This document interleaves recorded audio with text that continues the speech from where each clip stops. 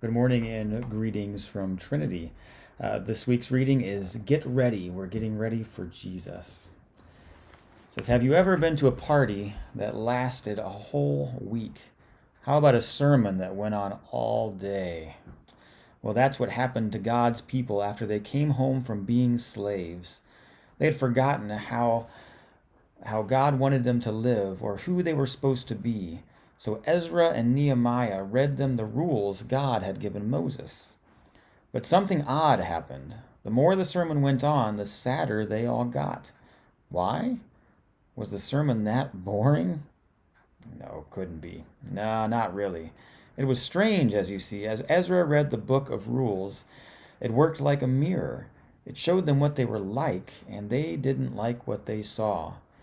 They saw that they had not been living the way they should. They saw that they were cruel and selfish.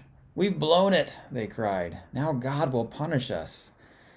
They thought they knew what God was going to do, but they didn't. Of course, they might have picked up a clue from Ezra's name, which means help is here. And an even stronger one from Nehemiah's name, because his name means God wipes away your tears. And that, as you'll see, is exactly what God was getting ready to do. Ezra looked at God's children. Great hot tears were welling up in their eyes and streaming down their cheeks. He stopped his sermon mid-sentence and shut the book. We're having a party, he shouted. And so that's just what they did all week long. God wants us to be happy, Ezra said. All day they listened to stories about the wonderful things God had done for his people, how he made the world, how he gave the special promise to Abraham, how he rescued them from slavery, how he spoke to Moses and showed them how to live, how he brought them to a special land, how he rescued them, no matter what, time after time, again and again, over and over, because of his never stopping, never giving up, unbreaking, always and forever love.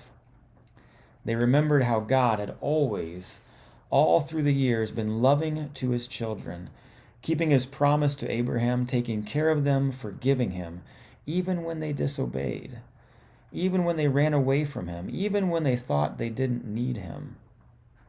Then God told his children something more.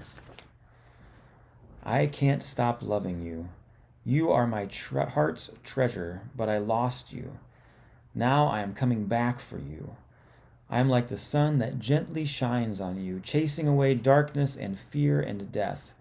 You'll be so happy. You'll be like little calves running free in an open field.